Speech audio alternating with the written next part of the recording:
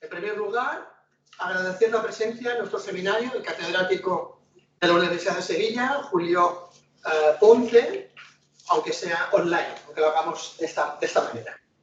Y que nos haya concedido la posibilidad de comentar y debatir el texto que preparó ya hace semanas o unos pocos meses, con el título de la recepción del concepto de Deep State, Estado profundo, en España. Con el profesor Ponce nos une, entre otras cosas, un interés común por temáticas que no han sido lo suficientemente valoradas por la historiografía, como es la historia de la administración, de la política, de la relación entre los poderes centrales y periféricos, entre otras. No en vano, su formación corre paralela a la de algunos y algunas de los investigadores de nuestro grupo interdisciplinar en ciencias políticas y de la administración. Autor de más de un centenar de publicaciones y de casi 20 libros sobre la dictadura de Primo de Rivera, la Segunda República, el franquismo y la transición a la democracia, aunque también ha hecho trabajo sobre la guerra civil. Miembro del grupo de estudios de historia actual de dicha universidad, se ha centrado en la historia del Estado y de la Administración, con aportaciones muy notables en todo este abanico cronológico sobre los gobernadores civiles, las diputaciones provinciales y los ayuntamientos y poderes locales. También tiene un claro interés para nuestro grupo su trabajo sobre los tribunales de honor en el ejército, el estudio de los escándalos y de las élites políticas, así como las transformaciones del caciquismo entre la dictadura de Primo de Rivera y la Segunda República, en concreto en Sevilla, pero con una visión interpretativa mucho más amplia. Por todo ello, hemos de estar atentos a las propuestas del profesor Ponce sobre el uso del concepto de Estado profundo y su aplicación en los estudios históricos.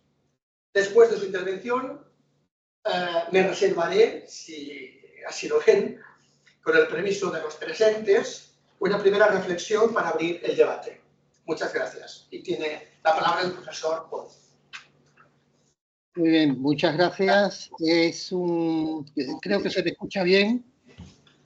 Y bueno, lo primero que quería manifestar es mi agradecimiento por estar aquí en el seno de una convergencia de áreas de conocimiento que me son muy gratas. Por una parte, la historia contemporánea y por otra, la ciencia política, ¿no? La ciencia política y de la administración y la historia de la administración. Por tanto, me siento muy cómodo y muy honrado de poder testear de alguna forma este artículo, que además lo redacté el pasado verano y lo distribuí tal cual entre ustedes. Y ahí sí, les quiero pedir disculpas porque recientemente lo he estado, precisamente con ocasión de esta charla de hoy, pues lo he estado revisando y adaptando el formato a una revista, por cierto, de ciencia política.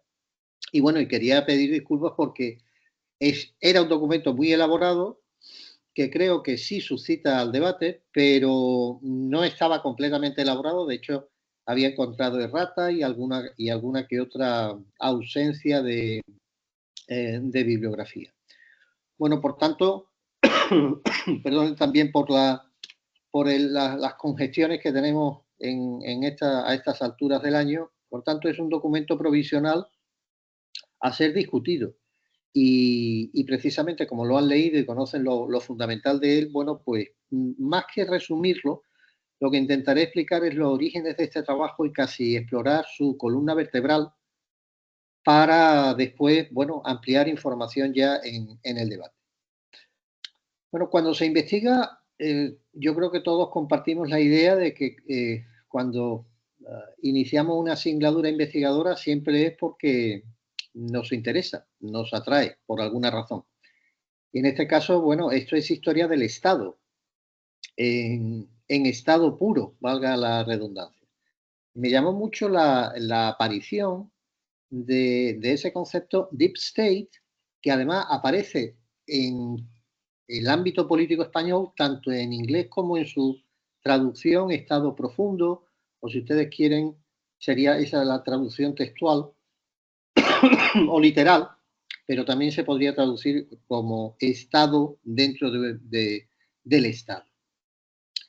Me llamó la atención el curioso término, porque como muchos de los términos que proceden de la política, creo que todos compartimos que suelen ser conceptos que se lanzan, ideas que se lanzan, rotundas, intuitivamente rotundas, en principio muy sólidas, pero que en el momento que elaboramos un planteamiento contraintuitivo, es decir, empezamos a analizarlo, a diseccionarlo, pues la cosa cambia. ¿No? Ya no parece que esté todo tan claro.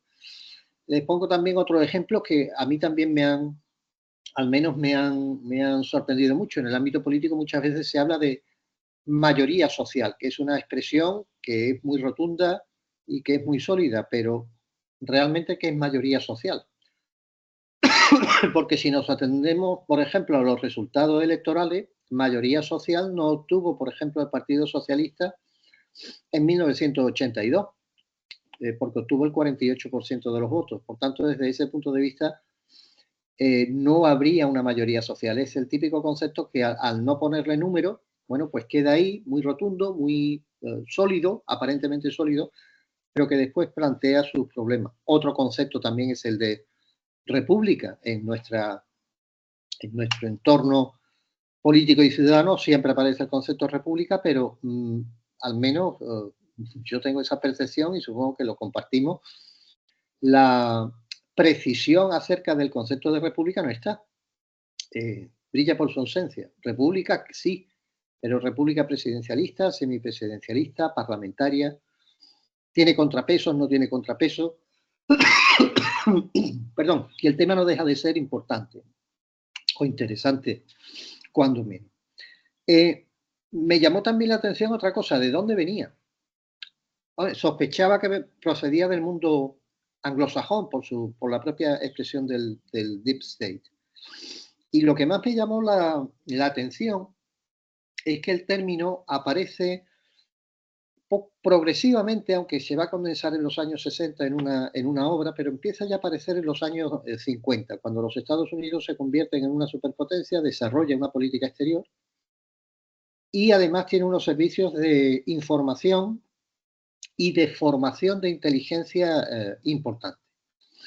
De hecho, después de la OSS y después de la creación de la CIA en el año 47, a lo largo de los años 50, sobre todo cuando el presidente Eisenhower se marcha de la presidencia de los Estados Unidos, tiene una célebre despedida en la que comenta que había una convergencia de intereses de altos funcionarios me refiero a altos mandos militares, empresarios, Estado, ¿no? Que de alguna forma lo que estaban era guiando la política exterior estadounidense. Y por tanto, la clave de ese Estado profundo, desde esa concepción, pues estaría entre otros ámbitos, pero discurriría por ese proceso de formación de inteligencia que serían los servicios de información, posteriormente la inteligencia, la generación de planes de contingencia y, por último, ejecución de proyectos. Ejecución de proyectos que podían perfectamente estar fuera de la legalidad de los propios Estados Unidos, pero que no se aplicaban en el interior del país, pero sí se podían aplicar perfectamente fuera. Por ejemplo, intervenciones de los Estados Unidos en países latinoamericanos.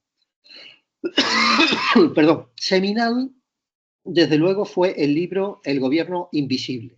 Aquí no se hablaba tanto de Estado profundo, pero se acariciaba el término de una manera, y dentro del libro sí aparece ese concepto.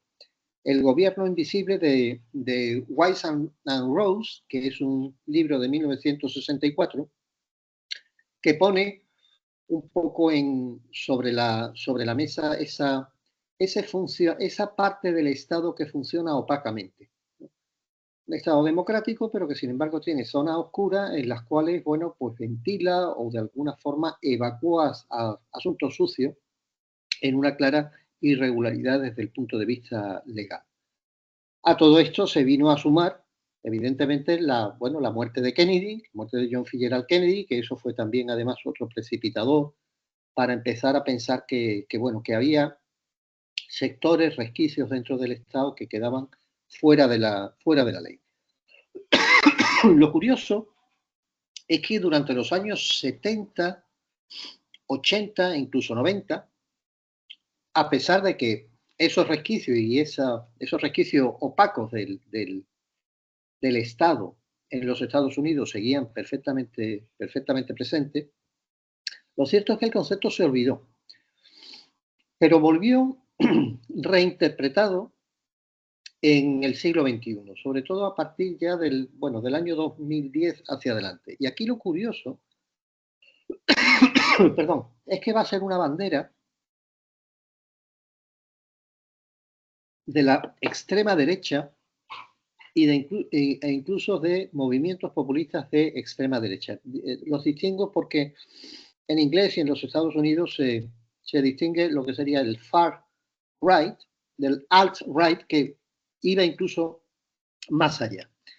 Y aquí se va a condensar un nuevo planteamiento del Estado profundo. La concepción que se va a tener ahora es que hay una administración de carácter demócrata, una administración particularmente la de Barack Obama, en la cual, bueno, pues ellos antes de despedirse, los demócratas van a incrustar a una serie de altos funcionarios, con lo cual, cuando llegue el Partido Republicano, ya muy polarizado hacia la extrema derecha, esos funcionarios y esa estructura les van a impedir, pues, hacer un programa de gobierno.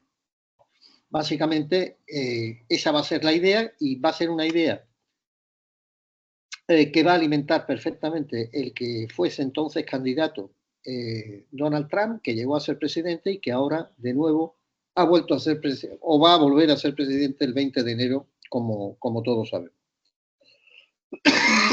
Por tanto, son los Estados Unidos el país de referencia de este concepto, porque es de donde surge. Y allí aparecen claramente delineadas dos líneas o dos formas de abordar el concepto de Estado profundo. Por una parte, la concepción política del Deep State, o podríamos decir el Deep State político, el Estado profundo como concepto que se articula y que se instrumentaliza dentro del mundo político, pero aparece también, y yo creo que es lo que también más me interesó, el concepto de Estado profundo o Deep State como objeto de estudio. En ese sentido, la ciencia política americana sí presenta una cierta diferencia con respecto a la prestigiosa ciencia política europea, que también lo es, pero la ciencia política americana casi siempre, se orienta mucho al análisis de problemas actuales y sobre todo al análisis de problemas para buscar soluciones. O sea, para analizar eso que es y cómo se puede manejar ese concepto en el futuro y qué posible aplicabilidad tiene. Claro, de las dos líneas, la primera es muy básica, en el sentido de, bueno, el enfrentamiento político. Son fundamentalmente las ideas de Trump, que en rápida condensación, pues viene a decir: yo represento a un gobierno elegido y por tanto un gobierno elegido no debe de recibir cortapisas por poderes que no son elegidos. Altos funcionarios, grupos de interés, etc. Y por tanto el gobierno debería de tener, manga ancha, o por lo menos no tener una limitación, digamos, a su poder, porque al fin y al cabo es el gobierno legítimo depositario de la soberanía nacional a través del voto. Esto, claro, eso tiene sus limitaciones y lo comentaremos, y supongo que, seguro que aparece en el debate, pero más me interesó, como les decía, el Deep State como objeto de estudio. Y lo que he podido averiguar son algunas conclusiones que creo interesantes. Lo primero es el crecimiento de las publicaciones, crecimiento cuantitativo, la primera aproximación, que a diferencia, por ejemplo, de España, pues no hay más que consultar la Biblioteca del Congreso de los Estados Unidos y ver cómo han crecido y cómo sigue creciendo, sobre todo, ya a partir del 2020 para acá, de una manera muy, muy acusada. Luego, por tanto, es un concepto que tanto en bibliografía que pudiéramos denominar política, en el peor sentido de la palabra, hay una bibliografía académica que es muy interesante. En segundo lugar, en casi todos estos trabajos sobre el Estado profundo aparece la convergencia de esferas diferentes, fundamentalmente las esferas de la política, del alto funcionariado y de los grupos de interés, con lo cual, de alguna forma, corren en paralelo a la concepción clásica de régimen, Estado y sistema político.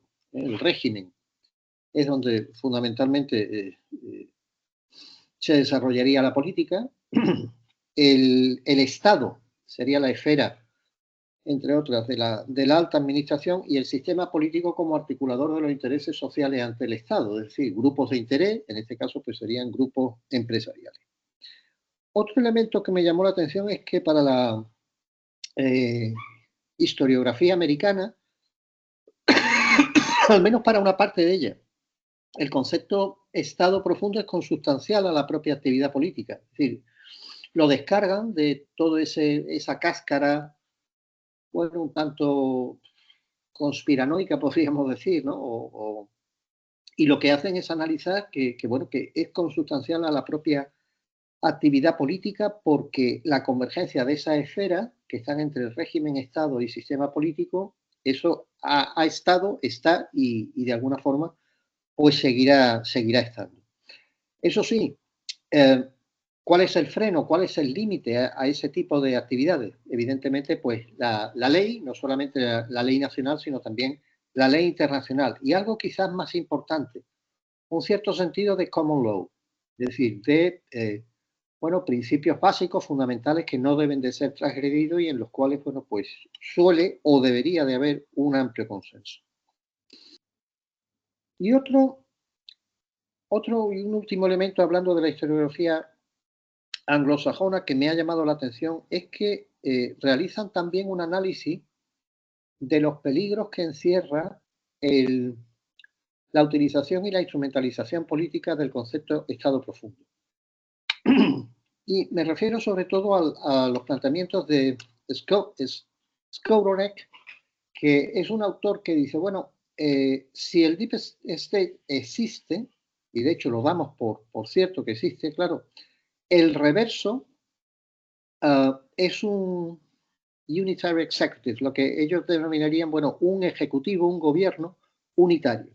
Y si nosotros criticamos el Deep State, dando por supuesto que es una forma de cortapisa un tanto conspirativa contra un gobierno democráticamente elegido, la otra cara de la moneda es que a un gobierno democráticamente elegido no debe de tener ningún tipo de balance ni de contrabalance, y mucho menos por poderes que no han sido elegidos democráticamente. Con lo cual, pues nos desplazaríamos hacia ese concepto de ejecutivo unitario, en el cual, pues tanto el poder legislativo estaría sometido al ejecutivo, naturalmente, como los demás poderes del Estado, pues también tendrían que estarlo.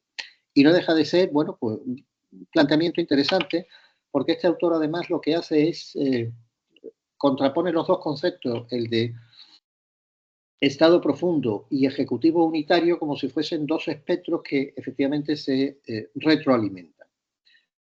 Bueno, ¿y qué pasa en España?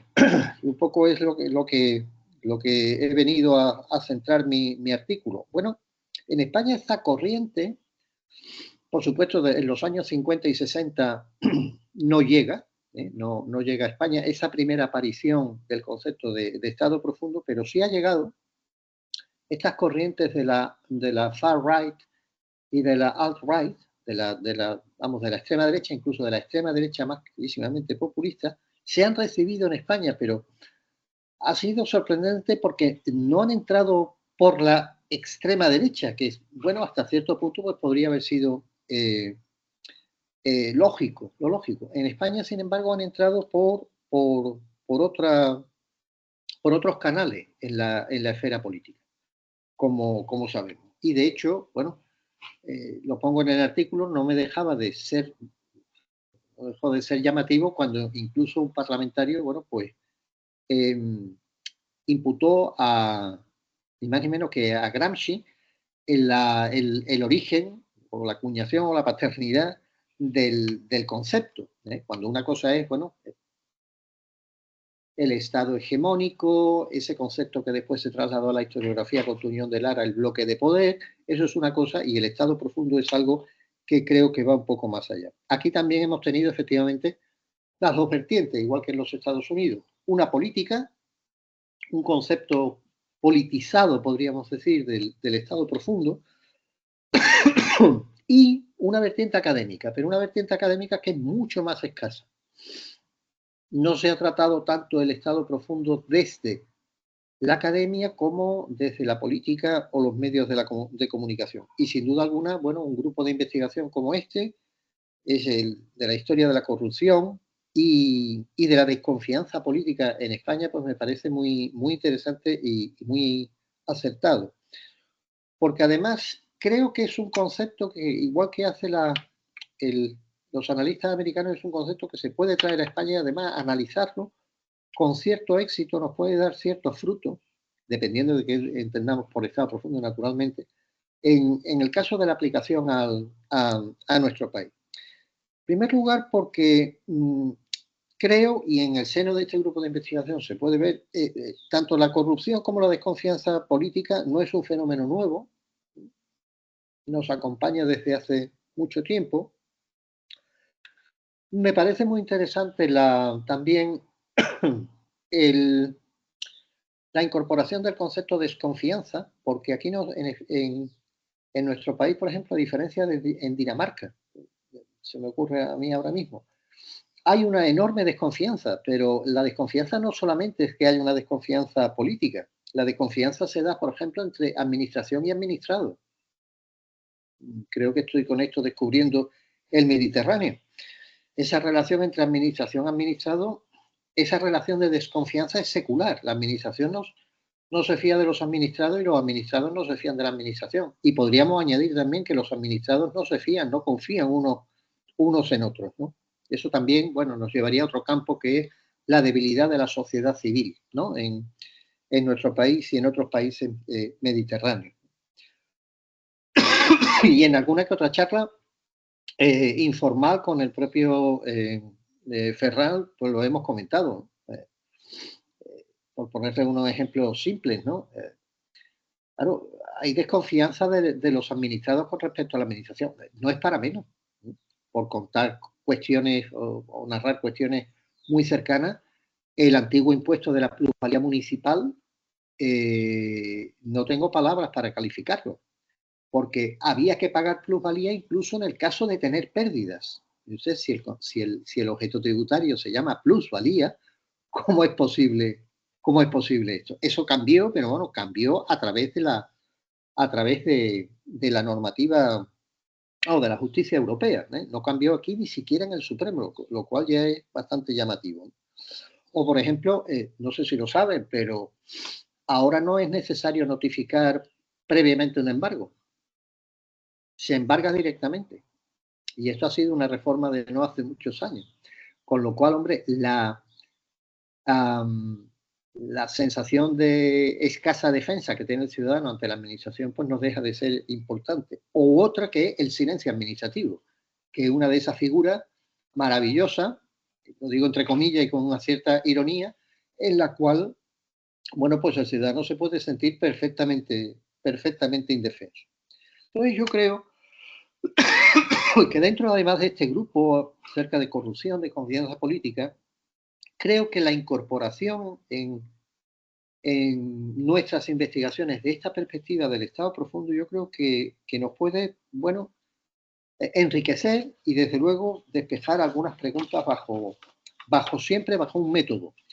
Y desde luego, previamente, creo que es importante aclarar o por lo menos dar una definición operativa o ofrecer una cierta delimitación del campo de juego de qué es el estado profundo, a qué nos referimos cuando hablamos de estado profundo y cómo podemos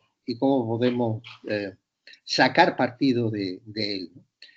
Bueno, aproximándonos en una primera aproximación al concepto,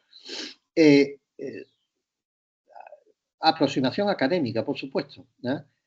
Cuando aparece el concepto de estado profundo surgen más preguntas que respuestas. Lo primero.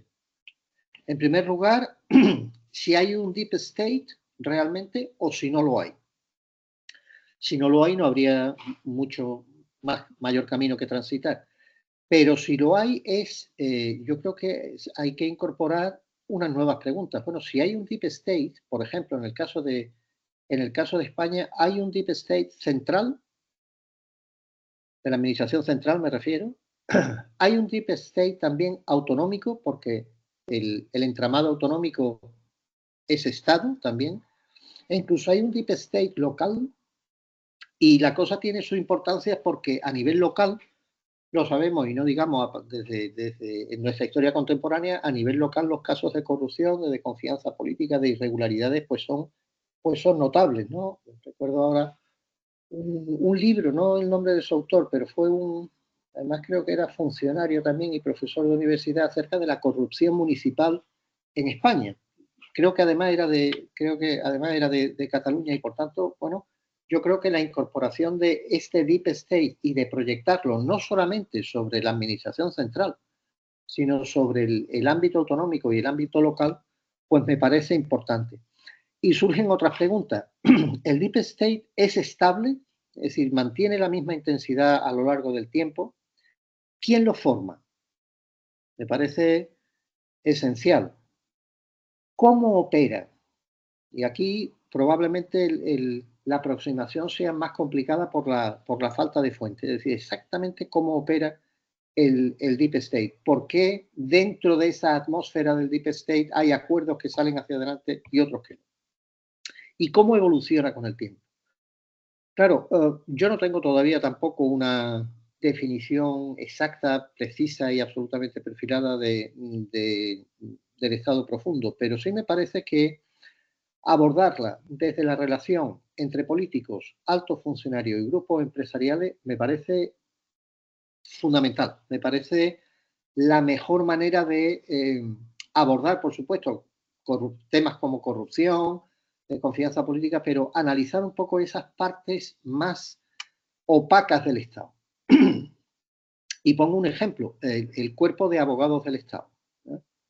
Que además ya hace tiempo escuché una conferencia de Oriol Luján y con mucho acierto apuntaba a uno de los posibles cuerpos entre los cuales efectivamente, bueno, pues se articulaban intereses. Abogados del Estado, porque hay abogados del Estado que entran en política, pero abogados del Estado que pasan con una facilidad extraordinaria, como no ocurre en otros cuerpos de la administración, a empresa privada y vuelven, y además están por todo el territorio nacional y en instituciones clave. Me parece un cuerpo muy interesante, más por ejemplo que el de notario, el de registradores de la propiedad. Pero además también creo que hay no solamente la dimensión interior, hay que ver un poco más allá, que es la dimensión, bueno, exterior o de defensa del Estado. Porque también hay una convergencia entre políticos, altos funcionarios y grupos empresariales en ese ámbito de la inteligencia. Claro, cuando aquí hablamos de altos funcionarios, ¿de qué hablamos? Bueno, pues de altos cargos en las Fuerzas Armadas, que no dejan de ser, al fin y al cabo, también funcionarios. Con ese sentido, me gustaría abrir ese arco de altos funcionarios, pues también al ámbito militar, porque son altos funcionarios y no digamos más allá del grado de coronel. Cuando ya empieza a haber cargos, bueno, los jefes generales, esos suelen ser puestos de alguna manera, no son PLD, no son puestos de libre designación, pero sí son puestos de promoción en las cuales siempre ha habido un impulso político. Y tiene su importancia porque la información y la formación de inteligencia pasa por aquí.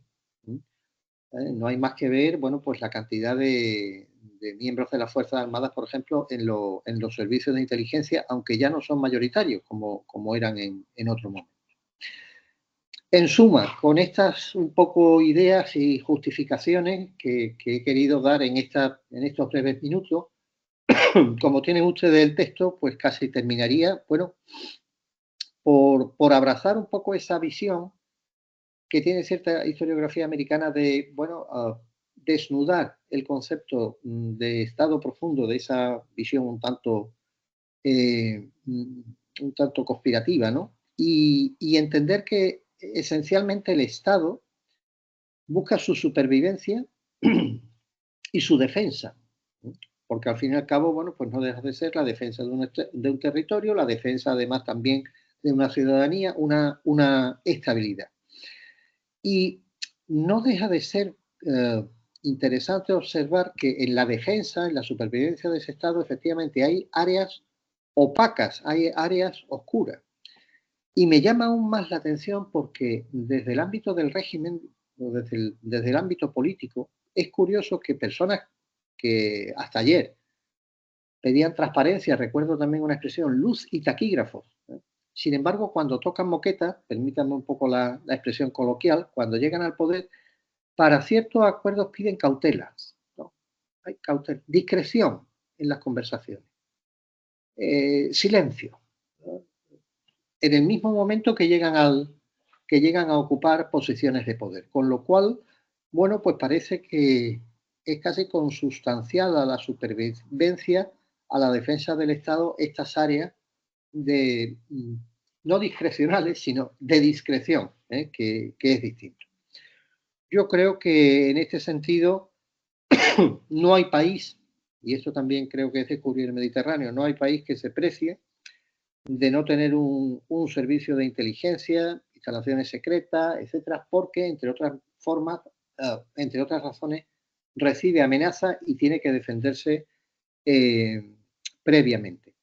La gran diferencia, ¿cuál es? De tener, bueno, un Estado transparente en una parte y en otras con zonas más opacas y otros estados que son clarísimamente opacos. Yo creo que la diferencia, sobre todo, está en los sistemas de control y en la ley, sobre todo, bueno, sistemas de control y la ley que garanticen no solamente el disfrute de la garantía de derechos y libertades de la ciudadanía, sino también el propio equilibrio del statu quo.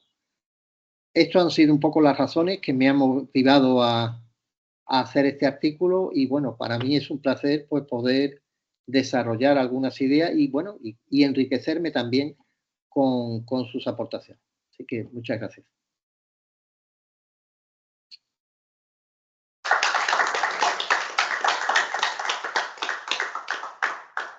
Bueno, como antes nos hemos referido, me reservaba el derecho de poder hacer una breve reflexión y espero que también de esta reflexión pues, puedan surgir también algunas cuestiones para el ponente. Pienso que, desde luego, una de las primeras cuestiones sería la de la definición del concepto. En nuestro libro sobre las sombras de la transparencia, allí calificamos que era un objeto controvertido.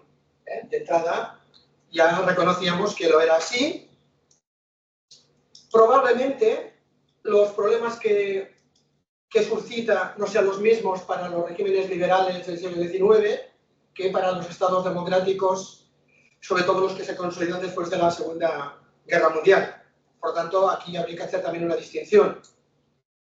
Como probablemente también deberíamos de distinguir lo que es la existencia o no de estados profundos de lo que es el estado profundo como representación, como metáfora política que sirve para calificar muchas cosas. Y aquí está precisamente que sea un objeto controvertido y que no sea fácil hacer una definición muy concreta. Otra cuestión sería lo que en el texto, desde luego a partir o a raíz de estas intervenciones parlamentarias o de diversos grupos políticos en el Congreso de Diputados, pues digamos el uso o el mal uso del concepto de Deep State en un contexto concreto que sería pues el de la irrupción, por un lado, de Podemos y del otro, pues, del independentismo catalán.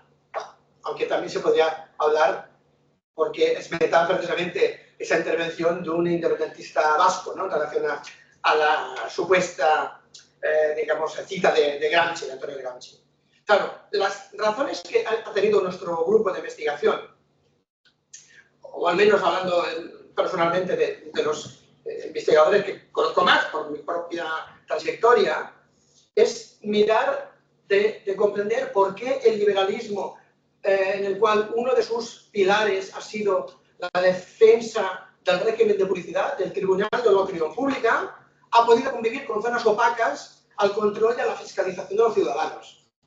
Y esto no ha sido de la noche al día, ha sido todo un proceso sobre el cual insignes liberales, también españoles, se refirieron en su día.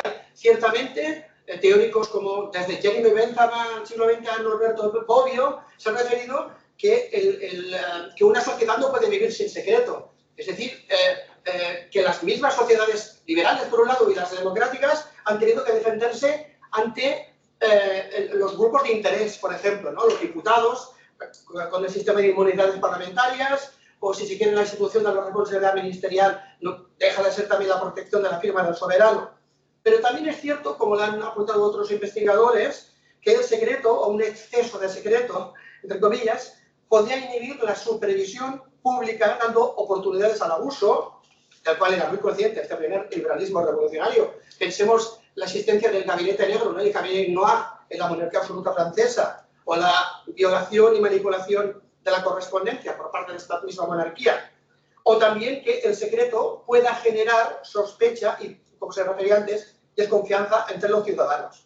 Por ejemplo, el gobierno, el progresismo revolucionario en 1840, que asalta al poder, pues descubre que el gobierno moderado había utilizado gastos reservados, fondos secretos, para pagar a los directores de diversos periódicos y además para manipular las elecciones en los distintos distritos electorales. Y durante 2 años España no tuvo gastos reservados, no lo quisieron.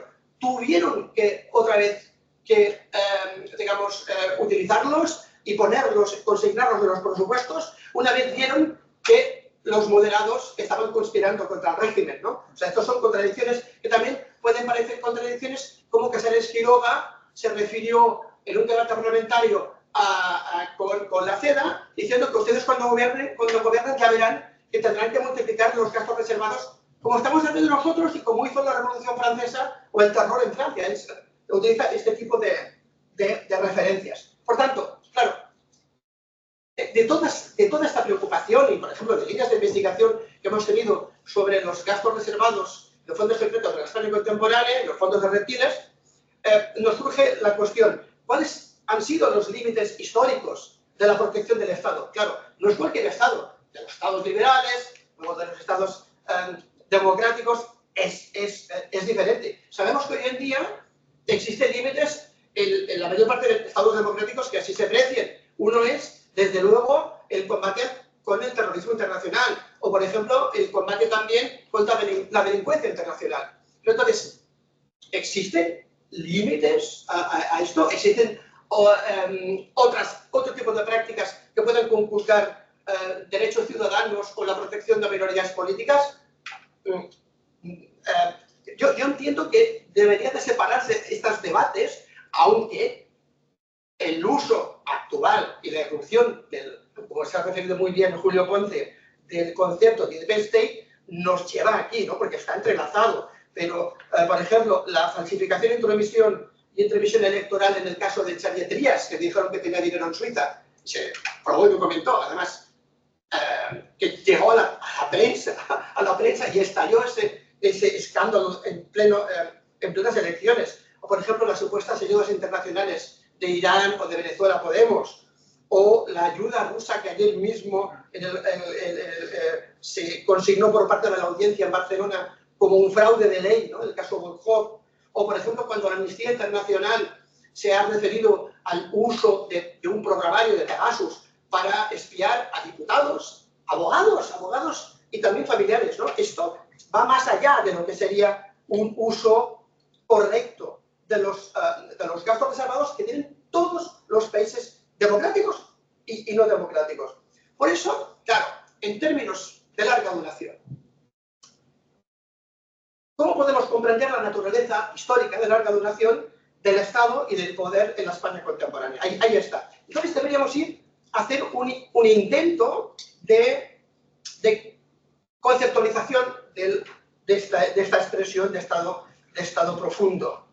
Y que desde luego no es nada fácil, porque, como bien sabemos, y bien se refiere también en el texto, las alusiones al nacimiento en la época de Atatürk y cómo el régimen turco quiso defenderse de las amenazas, o luego Dwight Eisenhower hablando del complejo militar industrial, pero probablemente aquí yo creo que deberíamos ensanchar un poco más la visión, porque ensanchar la visión, ¿qué quiero decir?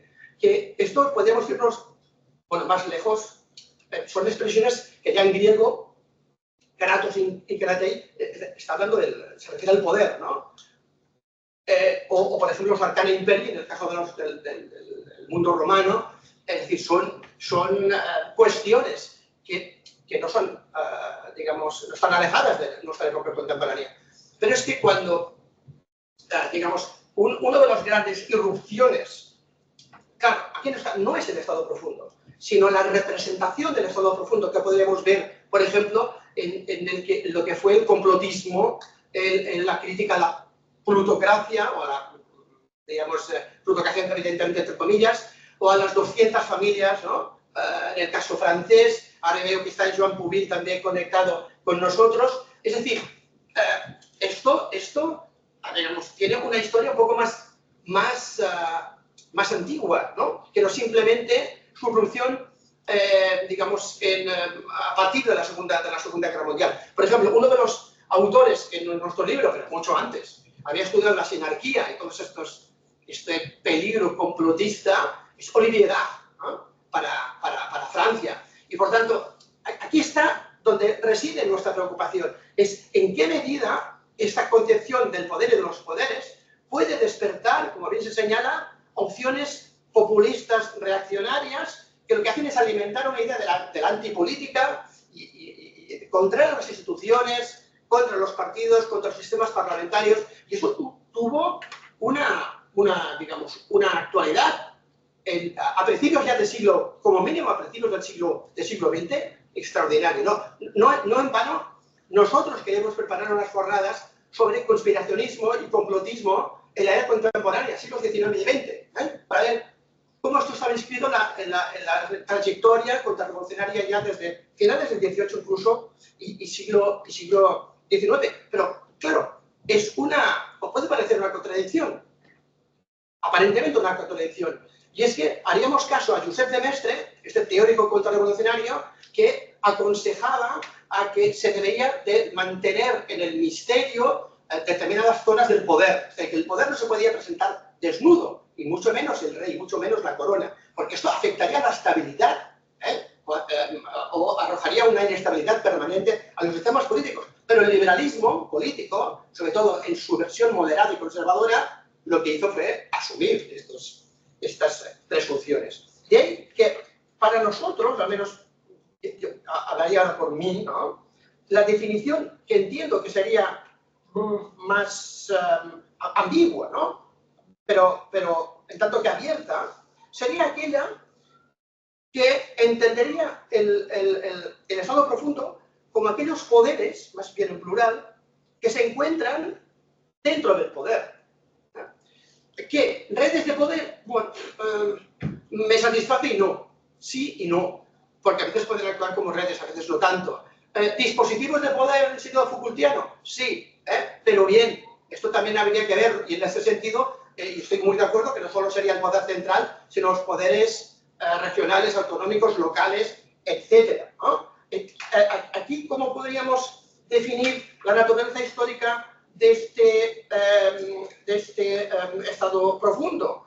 Bien, yo tengo una, ¿no? Aquellas redes de poder que operan al margen o no del liderazgo político. Es decir, no es necesario, y aquí muchas de las versiones sobre el estado profundo siempre están, digamos, insistiendo en este sentido conspiracionista, a veces contra el propio gobierno. No tiene por qué, ni mucho menos, aunque tenga agenda relativamente propia, ¿no? En todo caso, operan al margen también del control parlamentario. ¿Y qué comprendería? Podría comprender, porque no siempre serían las mismas. A la corona y a los cortesanos, porque también el concepto de cortesanos cambia, a los mandos militares, la alta magistratura y los propietarios de algunos medios de comunicación. Dentro de ese conglomerado se podrían incluir miembros de los cuerpos y fuerzas de seguridad del Estado, con al menos con suficiente capacidad de mando, la dirección de los partidos favorables al statu quo, junto a sectores influyentes de la política y de las finanzas. Bien, claro, entiendo que es tan amplio que a veces esto puede hacer que sea muy poco operativo, porque claro, al final es todo. ¿Qué es lo que hacemos? Estudiar el poder, o los poderes, o estudiar el Estado, que es, creo, por donde la propuesta que nos está haciendo Julio Ponce para ir delimitando, ¿no?, el concepto.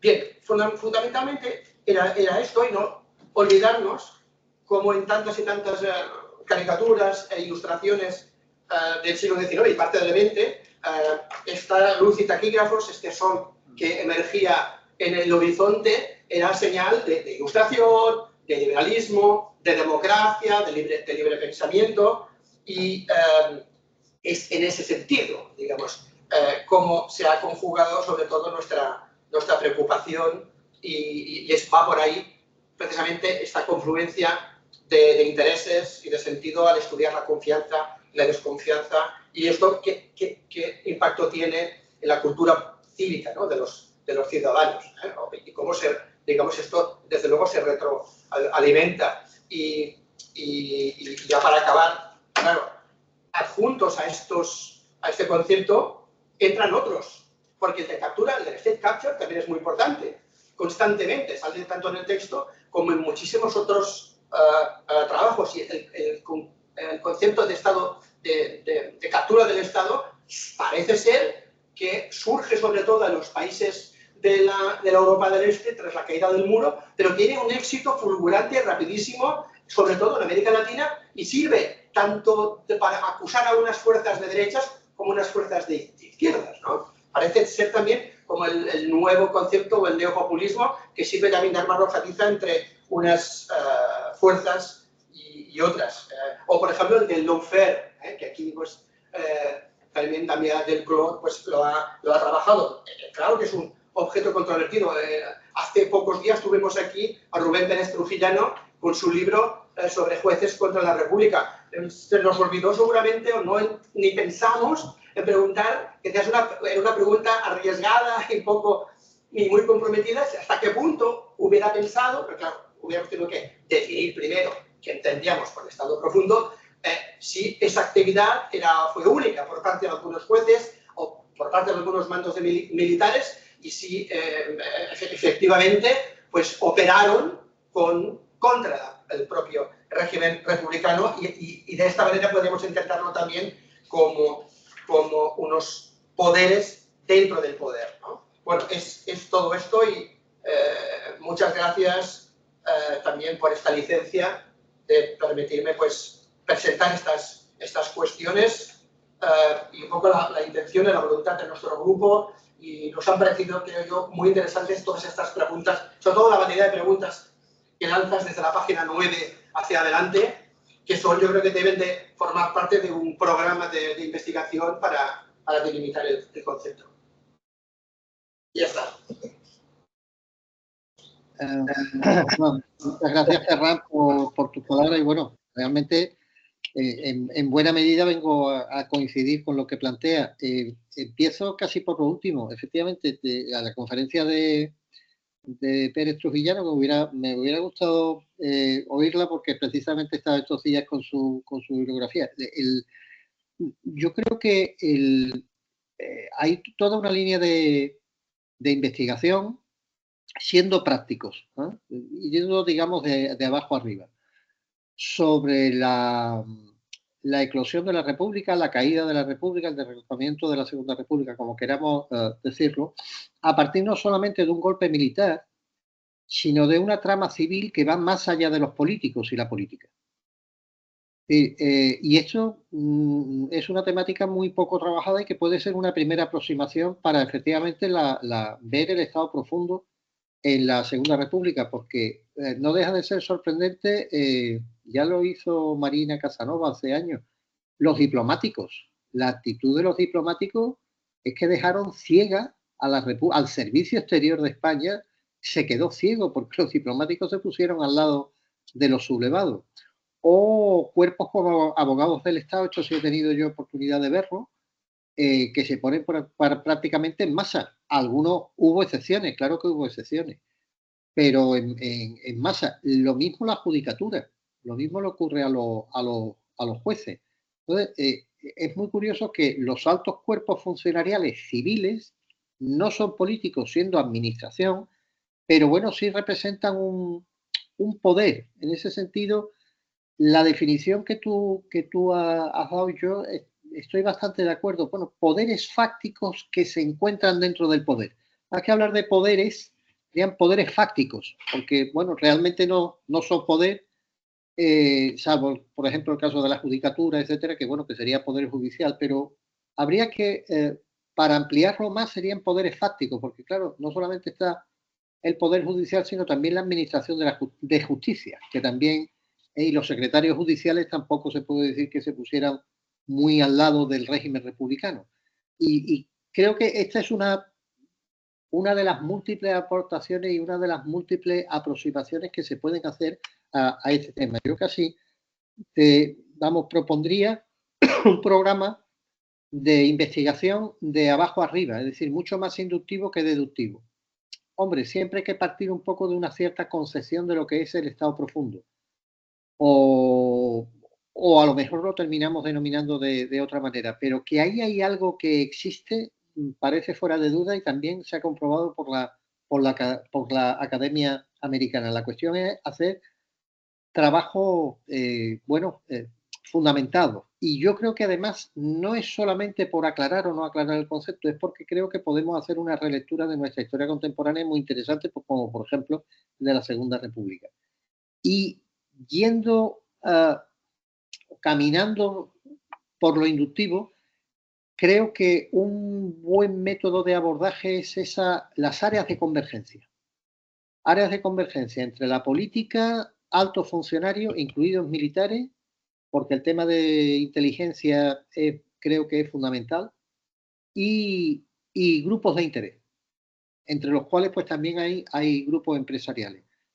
Y efectivamente estoy de acuerdo contigo que, bueno, del 19 al 20 hay una diferencia. Ahí sí que en el siglo XIX, bueno, pues realmente hay una mayor patrimonialización del Estado por parte de algunas élites. Y de hecho, además, los regímenes, los gobiernos cambiaban en función de golpes de Estado después de conspiraciones.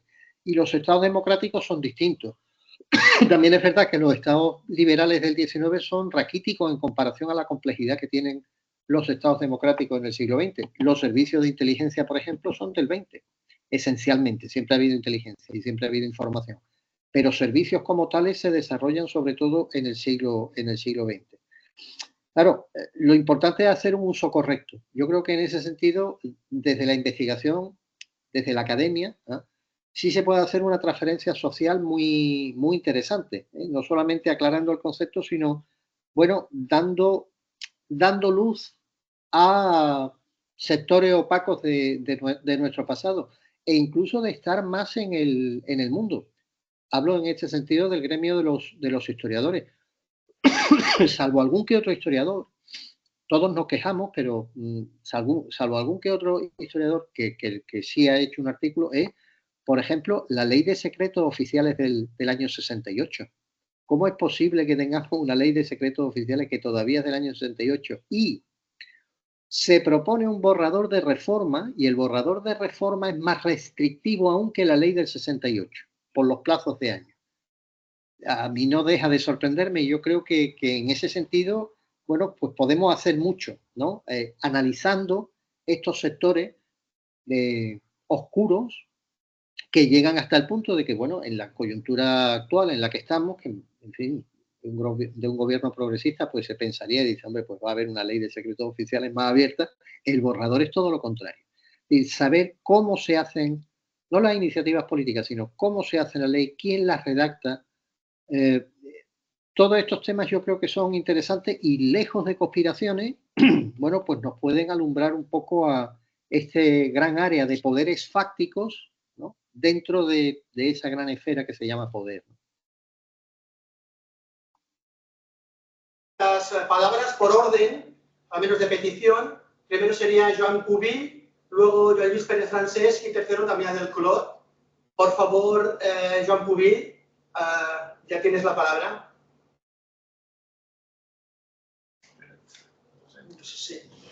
No se oye, no se oye. Muchas gracias, Luis Farrán. Gracias, Julio Ponce, por compartir el artículo con nosotros y someterlo a luces y taquígrafos, ¿no? Siguiendo esta expresión.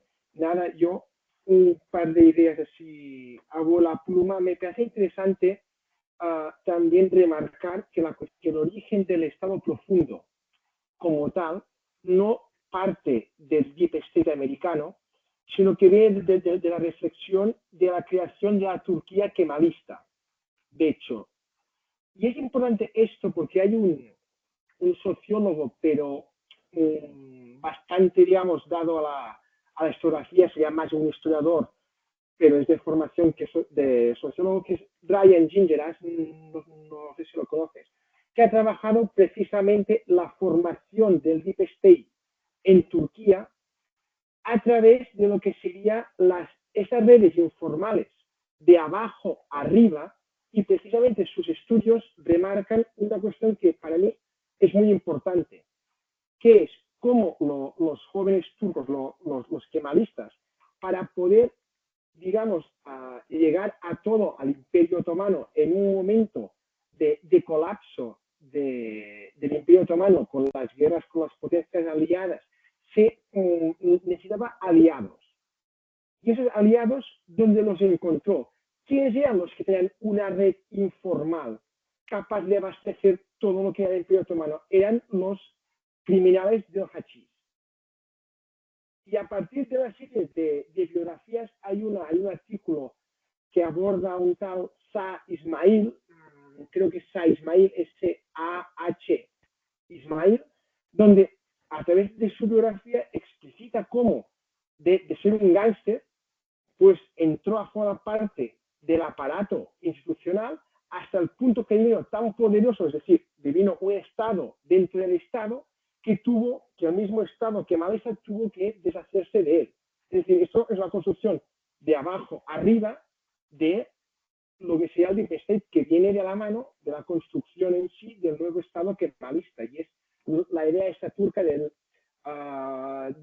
derin devlet, que sería el Estado opaco, ¿no? En turco, y es muy interesante porque vincula, sin caer, digamos, en visiones conspiranoicas. Yo, por ejemplo, he trabajado parte de estas visiones del Deep State, de la captura del Estado en la contrarrevolución francesa de finales del 18 hasta la Primera Guerra Mundial, y claro, digamos, es una mentalidad paranoide, es la interpretación de los fenómenos históricos que son la primera globalización, el fenómeno de masas, bueno, la polarización económica, la brecha social y las mentiras, ¿no? de que cada voto vale igual.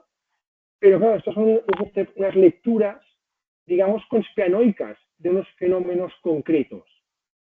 Pero claro, por otro lado, Brian Gingeras te dice que vale, que el Estado profundo existe en cualquier Estado, pero vamos a ver cómo es el de la creación de la Turquía contemporánea.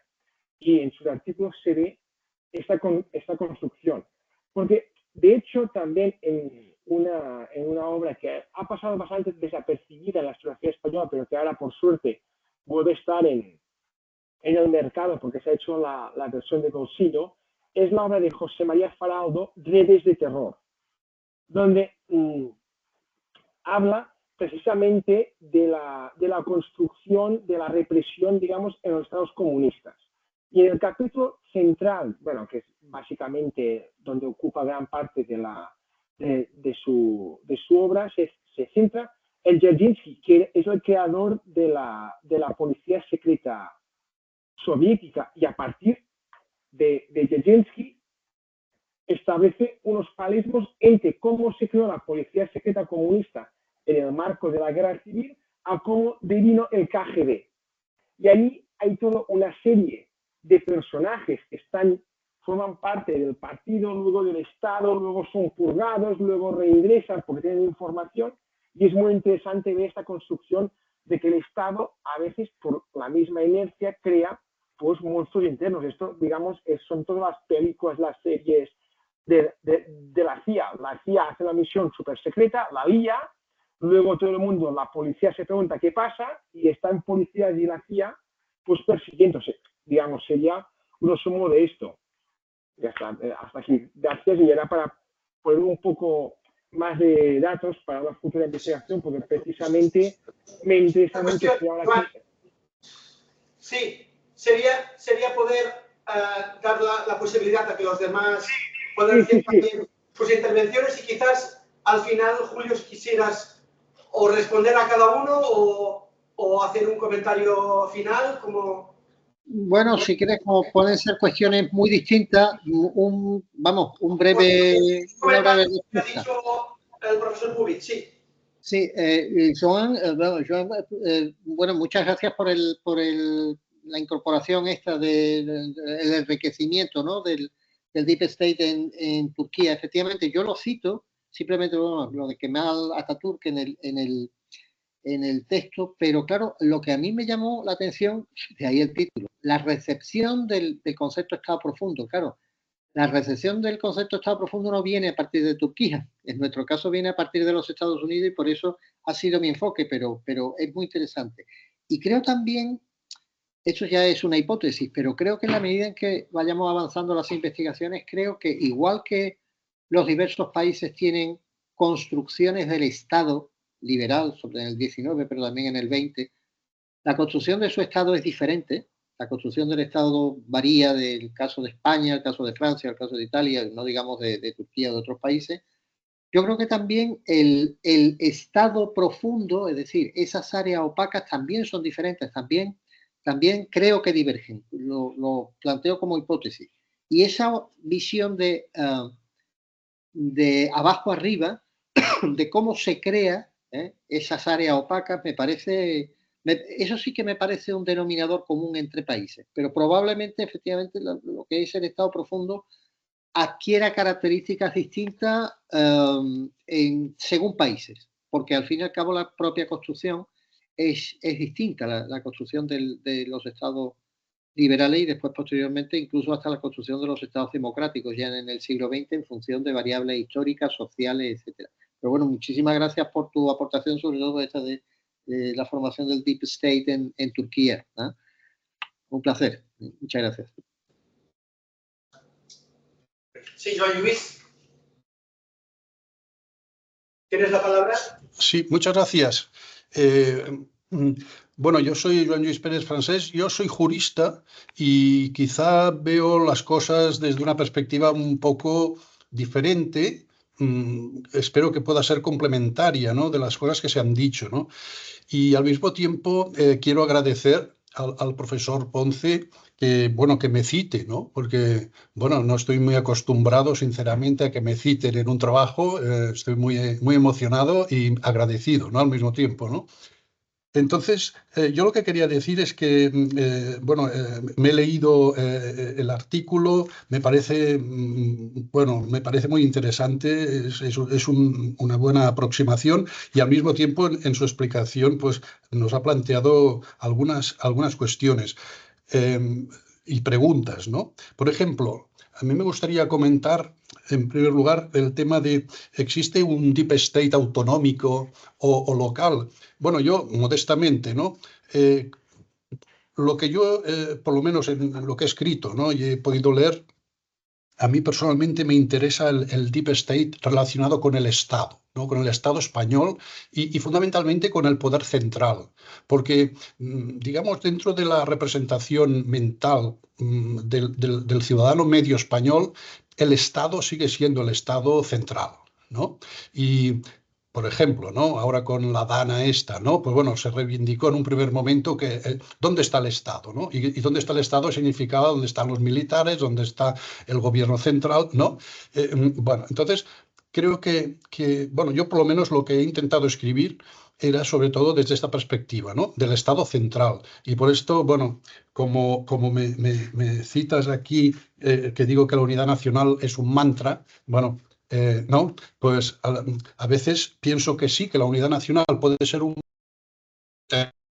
determinados códigos que yo los defino como, los defino como adherencias. O sea, para mí el Estado profundo son funcionarios o personal que está en el Estado y que cuando se deciden, ¿no?, cosas por el propio Estado, hay unas adherencias, que son estas personas que están por allí. Por ejemplo, la policía patriótica, ¿no? La policía patriótica, que se le sube a la cabeza la unidad nacional y entonces, bueno, hace cosas raras, ¿no? O, ¿no?, por ejemplo, los jueces, ¿no?, que dicen, no, ahora no vamos a amnistiar porque no nos da la gana, porque la ley está mal hecha, ¿no? Y entonces, bueno, estas adherencias a este tipo de personal que vive en el Estado, ¿no?, y por lo tanto fundamentalmente en el Estado central, porque es donde quizá creo que la representación que tenemos, ¿no?, del poder sigue siendo la del Estado central, ¿no? Por lo menos es lo que yo quería trasladar, ¿no?, en lo que escribí. Y entonces, bueno, esto significa que quizás siempre ha existido este conjunto de adherencias, pero que ahora, creo yo, sobre todo el último decenio, ¿no?, con todo el proceso soberanista, con la emergencia de Podemos, etcétera, ¿no?, se ha visto, ¿no?, cómo el Estado no siempre ha jugado limpio, por decirlo de alguna manera, ¿no? El caso también del rey emérito, el fiscal, ¿no? Entonces, uno tiene la sensación de que está el Estado de Derecho y luego está aquella idea que ya los moderados del siglo XIX implantaron, que era la gobernación del reino. La gobernación del reino es un Estado no sometido a la ley, es un Estado de las medidas necesarias para mantener el poder. Y claro, esto, desde la lógica de un Estado democrático, pues me parece especialmente grave, ¿no? Me parece especialmente grave. Entonces, pienso que a veces pues tenemos ejemplos de comportamientos de funcionarios y gente muy, ¿no?, jueces, policías, servicios secretos, bueno, en fin, diferentes personas, ¿no?, que están en el Estado, que viven en el seno del Estado y que actúan mal porque no siguen, o a veces sí que siguen, pero las decisiones que toman no son las que se deberían tomar, o por lo menos formalmente, ¿no? Por lo menos formalmente.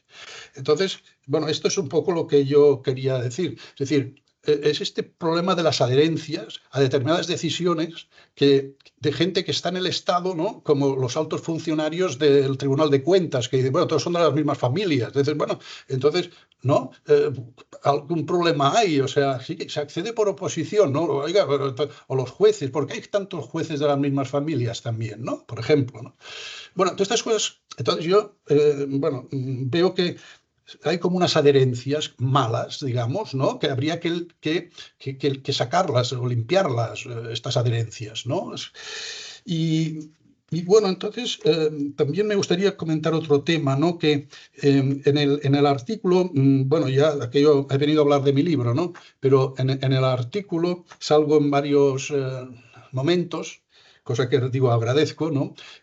Lo que pasa es que yo intenté luego, aparte de estas dos referencias que son de las actas del Congreso de Córdoba de hace un par de años, también luego participé, bueno, lo citas, en el libro este de las sombras de la transparencia, y allá intenté ordenarlo un poquito más, todo. O sea, es más o menos lo mismo, pero un poquito más ordenado. Lo digo porque igual, no sé si te puede servir para, ¿no? En fin, pues hablo de lo mismo, pero ya digo, un poquito más ordenado, que igual puede ser útil. Entonces, yo allí lo que hago un poco es coger todo esto que he comentado e intentar decir lo siguiente, ¿no? Siempre ha habido un Estado dentro del Estado, la razón de Estado, el imperium, ¿no?, el poder del imperium, ¿no? Siempre ha habido, digamos, ¿no? Pero claro, es esto especialmente grave, como digo, en el Estado democrático, ¿no? Y ahí, y yo creo que en España, con la gobernación del reino y estas concepciones, se ha ido manteniendo históricamente hasta nuestros días, bueno, no la legitimidad, pero sí la existencia de un poder dentro del poder que ha condicionado, ¿no?, y ha condicionado las decisiones. Y que esto puede estar relacionado con la captura del Estado, pero o no, o sea, porque es que no coincide 100% con una captura del Estado, porque, bueno, puede ser que sea captura del Estado, puede que sea un tráfico de influencias, una inaplicación de la ley porque no me interesa, etcétera, ¿no? Bueno, era un poco este tema que creo que el Estado profundo es un concepto realmente poliédrico, que es difícil, ¿verdad? Que tiene contornos, bueno, complicados, porque no son, claro, es como investigar algo que está en la oscuridad, ¿no? Entonces, pues no es transparente por definición y por lo tanto es complejo, ¿no? Pero creo que en España se han dado las circunstancias en los últimos años para ver un funcionamiento de las instituciones no del todo transparentes en cuanto a las decisiones que se han tomado. Por lo menos se puede hacer esta interpretación. Por ejemplo, aquí Damián pues, ha estudiado el lawfare.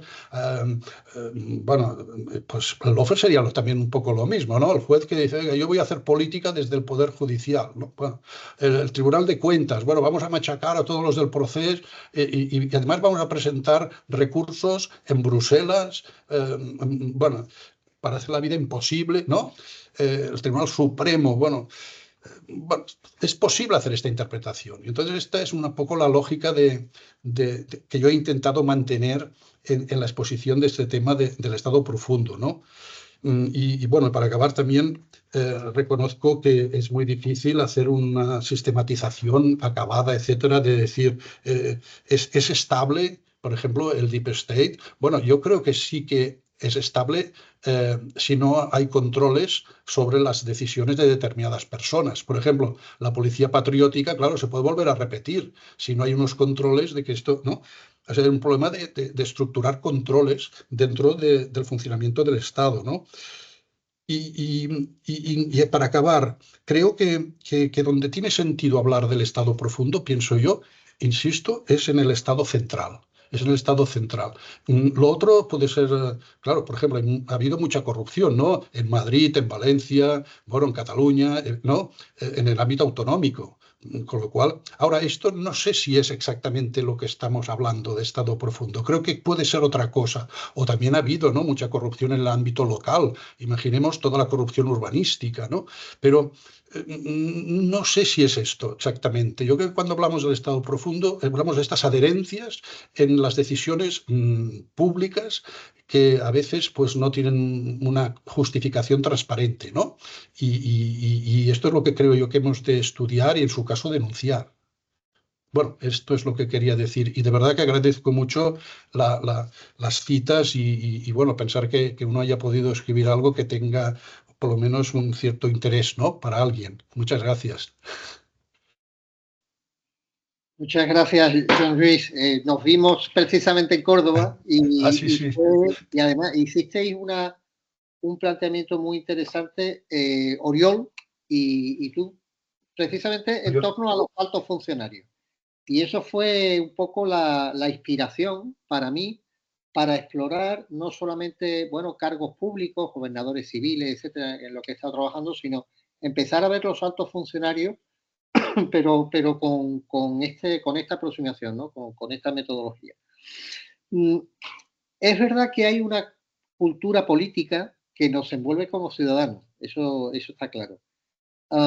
Pero efectivamente en España hay un concepto curioso, iba a decir, o al menos sesgado, de Estado, porque, y bueno, no te puedo decir nada porque tú eres jurista, realmente el Estado, las autonomías forman parte del Estado y hasta el último ayuntamiento forma parte del Estado. Entonces, claro, no digo yo que desde nuestras investigaciones vayamos a cambiar la mentalidad, ¿no? Pero de toda una cultura que observa el Estado solamente en ese ámbito en ese ámbito restringido.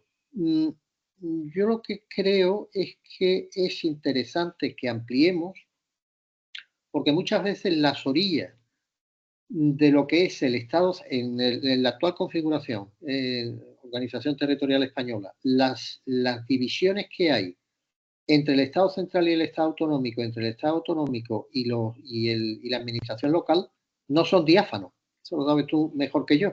Con lo cual, Claro, dice, bueno, no, aquí hay estado profundo, pero ya en este otro nivel no sabemos. Yo creo que es interesante hacerlo, precisamente más en un grupo de investigación como este, sobre la corrupción y la desconfianza política, que, bueno, se pueden poner en marcha investigaciones precisamente a escala local y ver un poco cómo se ha ido moviendo, ¿no? Este ámbito. Con respecto a lo de las adherencias, claro, a mí, eso puedo estar perfectamente equivocado, pero el concepto de adherencia me da a mí una cierta ligera sensación, o al menos así lo interpreto yo, de, bueno, una pieza que es estable y que está ahí.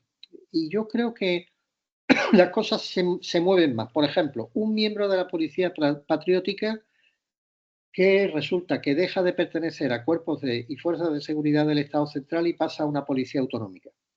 Y ha servido, la misma persona ha servido al Estado central, aunque ahora sigue también en el Estado, pero ya en otro ámbito.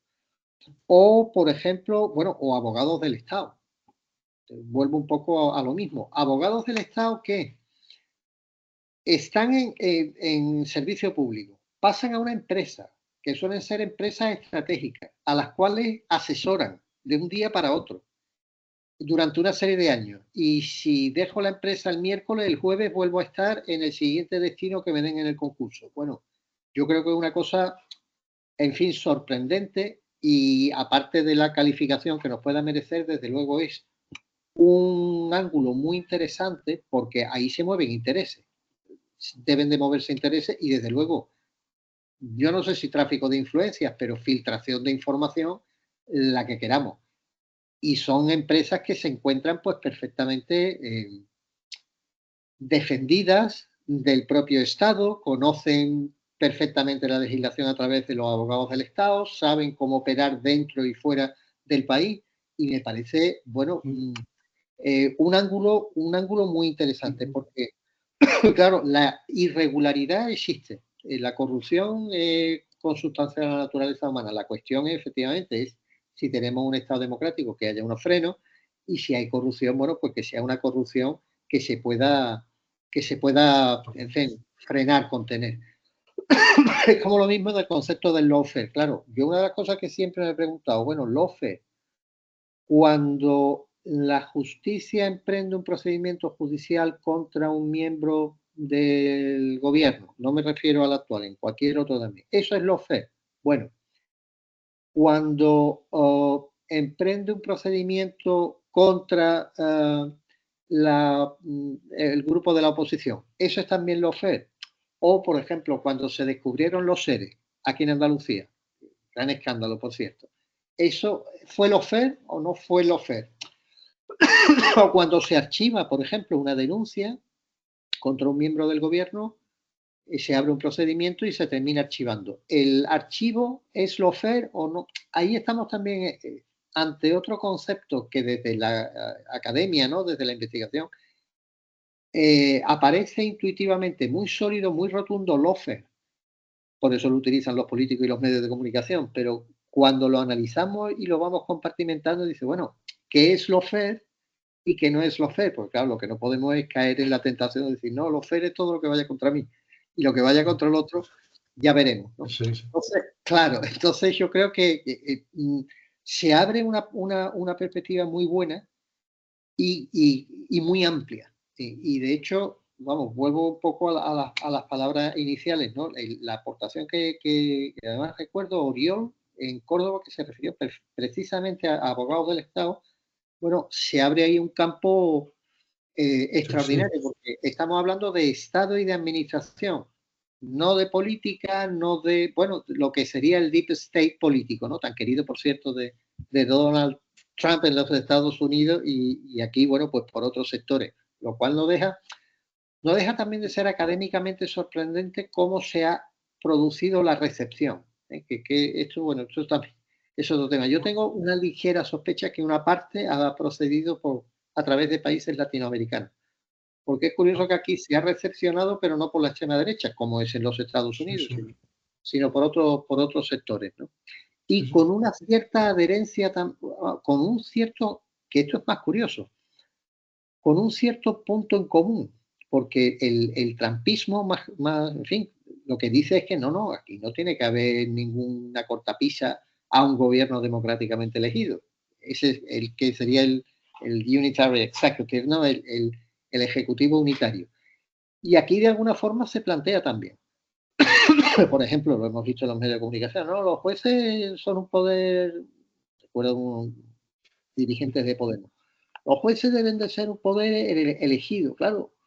Eso también tiene su aquel, ¿no? Y sin defender algunas actuaciones de jueces, vamos, en concreto yo conozco alguna que otra con nombre y apellido de aquí de uno de los juzgados de Sevilla que dice, bueno, esto es sorprendente, vamos.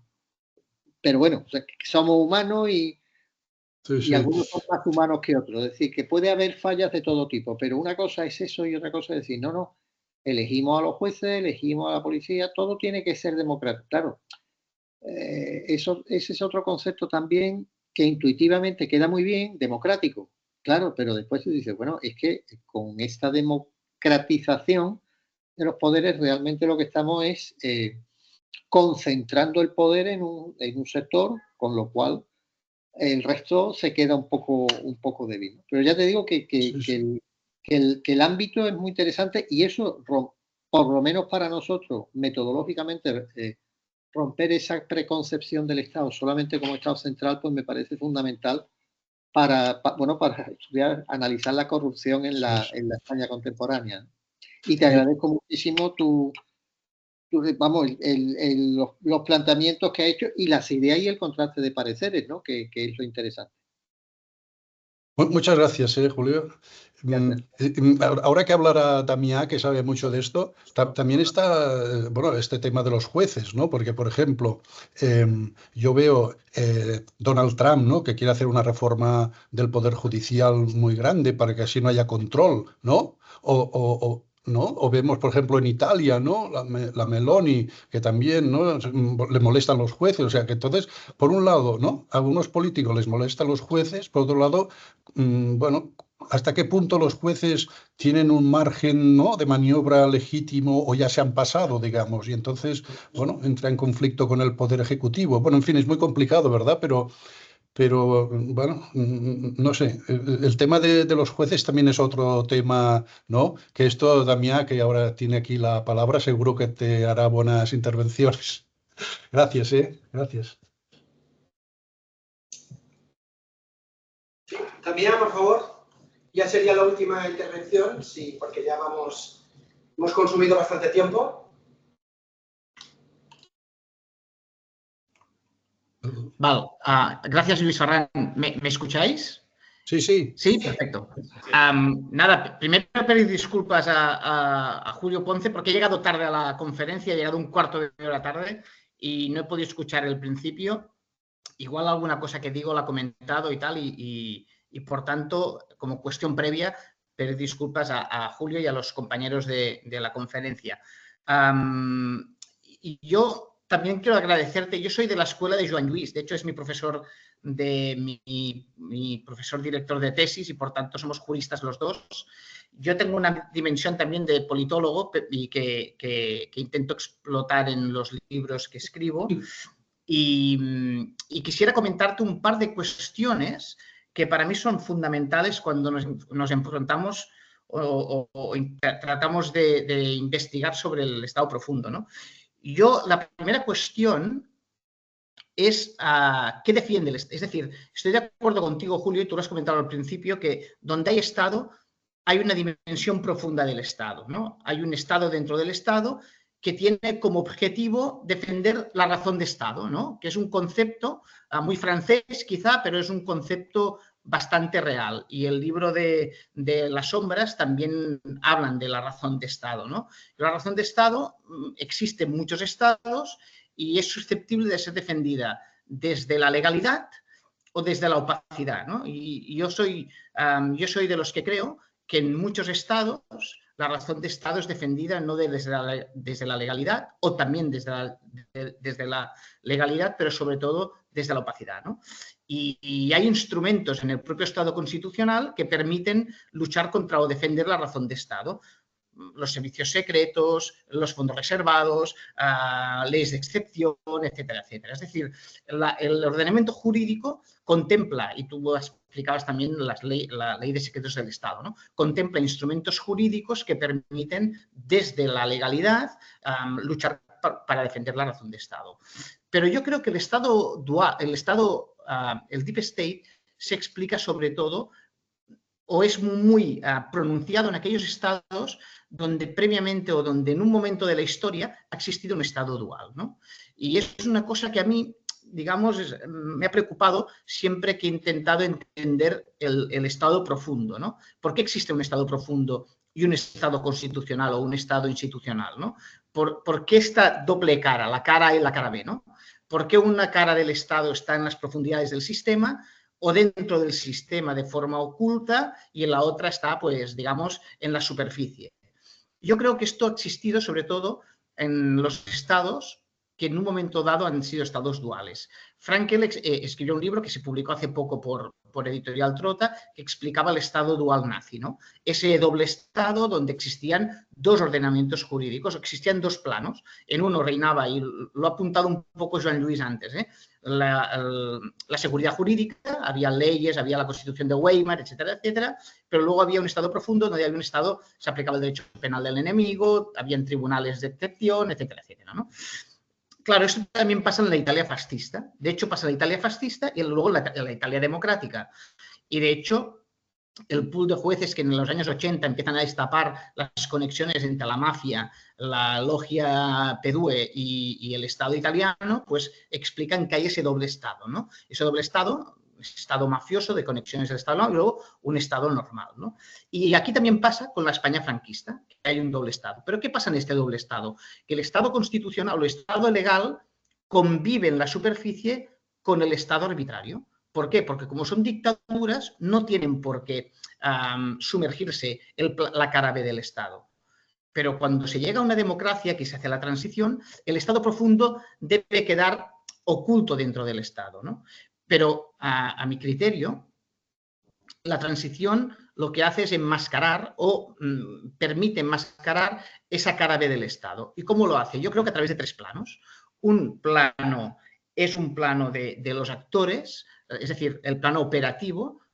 Continúan existiendo instituciones, tú has hablado de abogados del Estado, fiscales, jueces, militares, servicios secretos, partidos políticos, es decir, toda esta dimensión existe. Luego hay una dimensión normativa.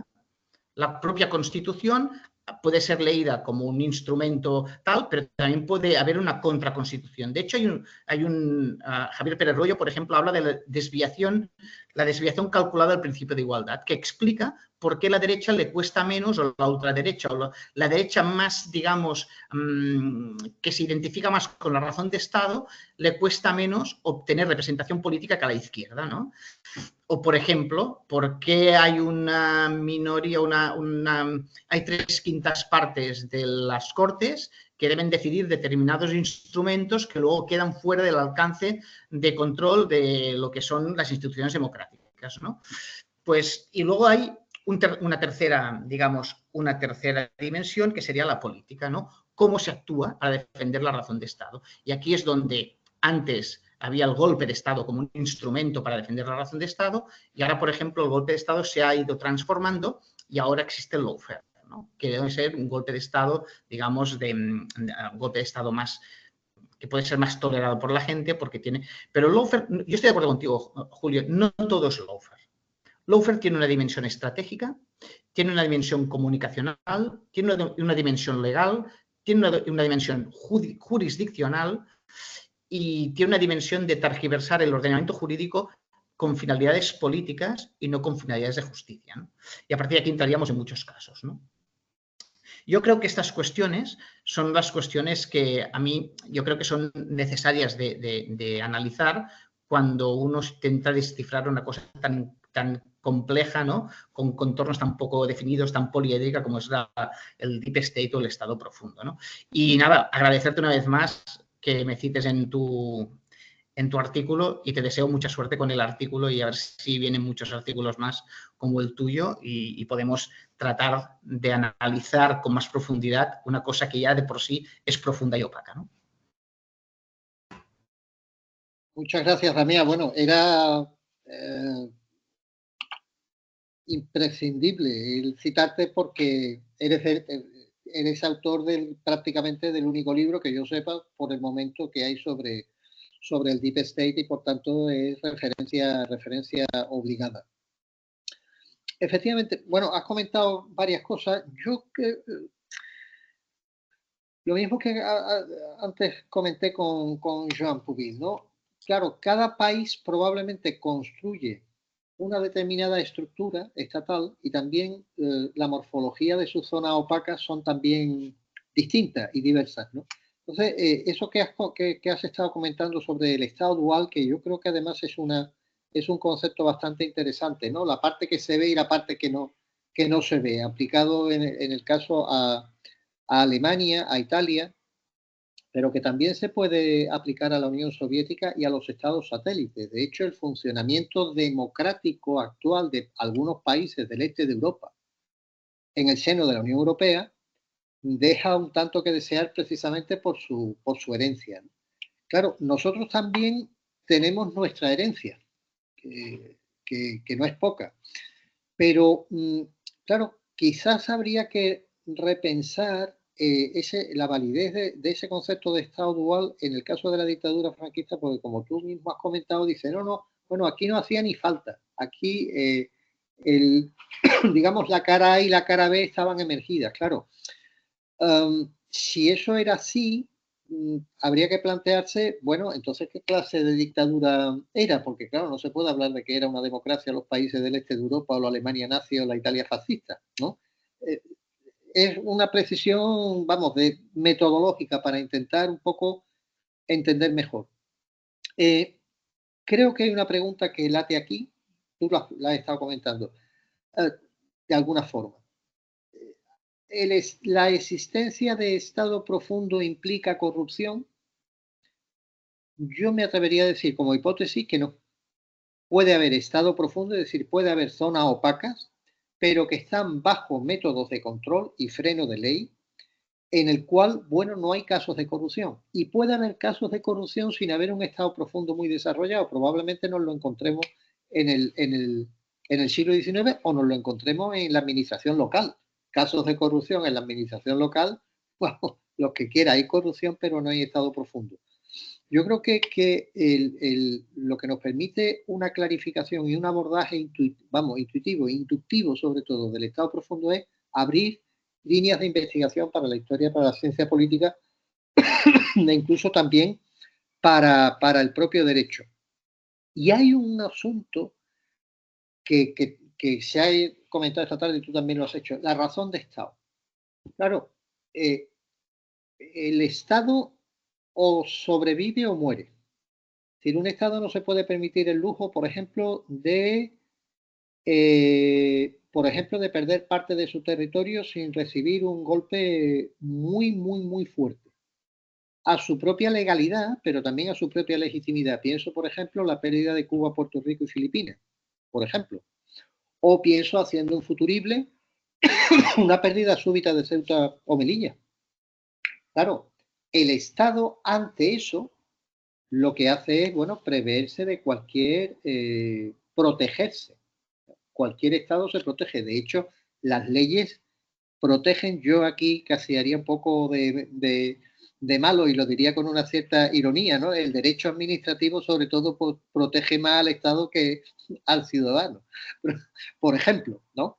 Entonces, bueno, en la defensa del Estado, la protección del Estado es fundamental, pero no por la defensa, es la supervivencia, porque es el lujo que no se puede,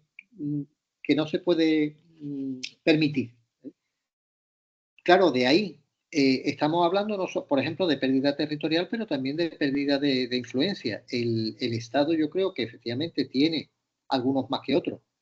Presiones interiores, pero fundamentalmente lo que tiene son presiones exteriores. Las grandes amenazas son exteriores y de ahí los servicios de formación, de inteligencia y algo que es muy importante, cuando los estados, vamos a decirlo así, los estados profundos cooperan. En el caso nuestro, por ejemplo, en España, esto está publicado, hubo un tiempo que se que se trabajó muy bien con el Mossad. Actualmente no, todo hay que decirlo.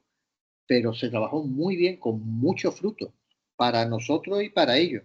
O también, por ejemplo, con la CIA, que también ahora pues la situación es un poco distinta, ¿no? Con el servicio de inteligencia. Es decir, hasta qué punto, este es otro área muy interesante, hay países aliados cuyos estados profundos cooperan en el escenario internacional, que un poco lo comentaba Ferran al comienzo, ¿no? Bueno, la amenaza terrorista, pero no solamente la amenaza terrorista, sino otros intereses que se mueven. Entonces yo creo que se habla mucho de la supervivencia de un régimen, por ejemplo, en el caso de Franco, era fundamental la supervivencia del régimen, pero es que hay otra cosa que es la supervivencia del Estado. De ahí, como decía Juan José Lins, la importancia que tuvo durante la transición que el régimen cambiase, pero el stateness, que decía él, ¿no? El estatalidad, la necesidad de mantener el Estado, porque el régimen lo puedes cambiar. Pero cambiar a un Estado es más difícil. Al Estado solamente se le puede ir modificando poco a poco, porque si se produce una ruptura del Estado sí que tiene a veces problemas tales para la ciudadanía que incluso un Estado que medio funcione o no sea muy óptimo es mejor que la desaparición del Estado. Me refiero a temas de orden público, aquí volveríamos un poco a Max Weber, ¿no? Con la privatización de la violencia es una cosa bastante peligrosa porque no sabes por dónde te puede venir al ciudadano de a pie, ¿no? Entonces, esa supervivencia del Estado es básica para entender la razón de Estado. Otra cuestión es que en un Estado democrático, naturalmente, una de las mediciones que me parecen bastante aconsejables es que los conceptos de legalidad y de legitimidad no estén divorciados. A un Estado más sólidamente democrático se supone que los conceptos de legitimidad y legalidad deberían de estar más acompasados. Pero es verdad, y que os voy a decir que soy jurista, que a veces dice, bueno, la legitimidad está en una esfera y ¿qué hace la legalidad? Ya no la aplicación de la legalidad, no, la legalidad escrita, que es más grande todavía. Y creo que en ese sentido, bueno, pues todo es perfectible en la vida, todo Estado es perfectible y desde luego en este caso, pues yo creo que hay todo un campo, ¿no? por explorar, no solamente para nuestras investigaciones, sino que yo creo que también para hacer transferencia a la propia sociedad. Y muchas gracias, vamos, por tus consideraciones. Bien, muchas gracias. Ya creo que ya se han agotado las palabras y se han producido las respuestas y los comentarios que nos han enriquecido a todos. Podremos seguir estando en contacto, seguiremos en contacto, Julio, y bueno, a ver si en alguna ocasión también puedes venir otra vez aquí físicamente a estar un tiempo con nosotros o para pensar juntos también algún proyecto de investigación, porque tratar de estas cuestiones requiere de equipos y requiere pues, de intercambios como el que acabamos de hacer. Y por tanto, bueno, pues eso, que seguimos en contacto.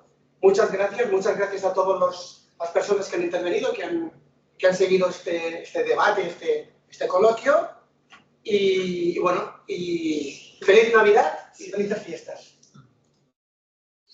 Igualmente, feliz Navidad y muchas gracias por vuestras aportaciones. Espero que nos podamos ver pronto presencialmente. Gracias. Gracias.